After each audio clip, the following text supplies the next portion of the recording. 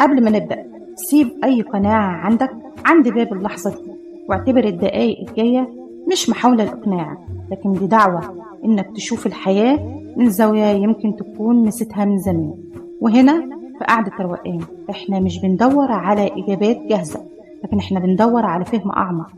ولما الفكرة تلمس قلبك هتلاقيها محفوظة في قعدة روقان، أرشيف القلوب، المكان اللي الذكريات فيه مش مجرد ماضي، لكن دروس ومشاعر وحكايات لسه بتشكل حاضرنا. أنا نعمة الكومي، وده بودكاست قعدة روقان. عارفين الإحساس اللي بيجي لأي حد فينا فجأة، إنك تعبت من التعب نفسه، مش من الوجع ولا من الخسارة ولا من اللي فات، لكن تعبت من فكرة إنك مستني تتعافى، كأن التعافي ده حاجة هتنزل عليك من السماء. احنا تعودنا نستنى حد يفضل، ونستنى حد يفهم، ونستنى حد يصلح اللي اتكسر، ونستنى الوقت يعمل اللي احنا مش قادرين نعمله. بس الحقيقة المؤلمة شوية ان التعافي عمره ما كان هدية، لكن التعافي قرار ومجهود ومسؤولية.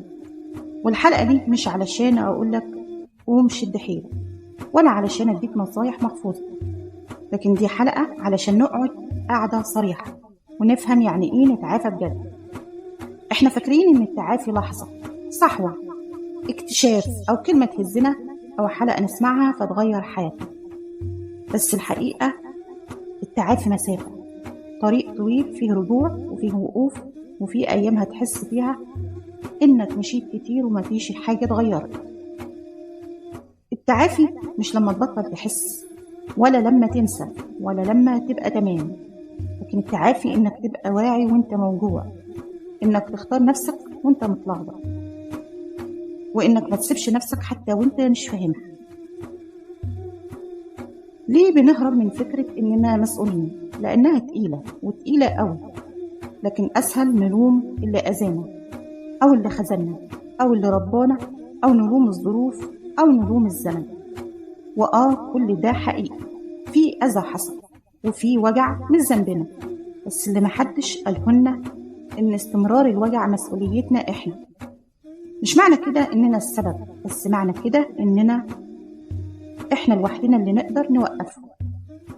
التعافي مش انك ترجع شخص كنت فيه قبل كده، ولا ترجع علاقة، ولا ترجع شخص تاني، ولا ترجع نسخة قديمة منك، لكن التعافي انك تبطل تحاكم نفسك بعين الماضي، وانك تبطل تعيش كل يوم وكأنك لسه في نفس اللحظة اللي اتكسرت فيها.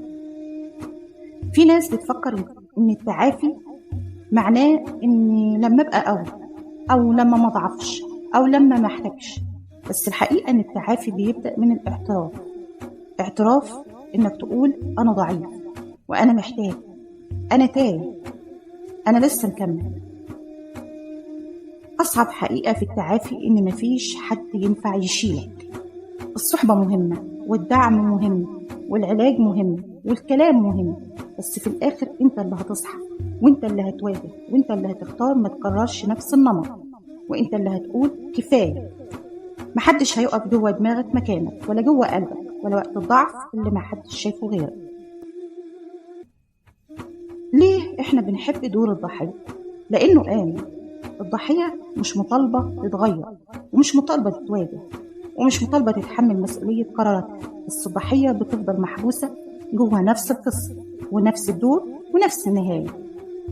لكن التعافي الحقيقي انك تطلع من الدور ده، مش علشان اللي اذاك بريء، لكن علشان انت تستحق حياة اوسع من الوجع.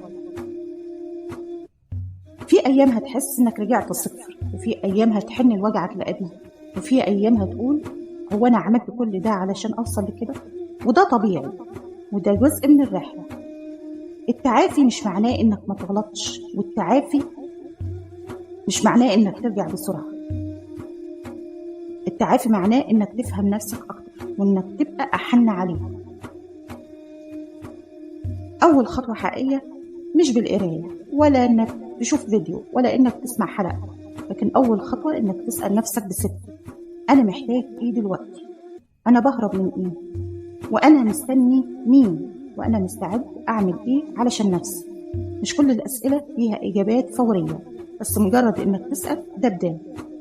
في النهاية التعافي مش بطولة ومش سباق ومش مقارنة. التعافي إنك تختار تمشي حتى وإنت مش واثق، حتى وإنت خايف، حتى وإنت لوحدك.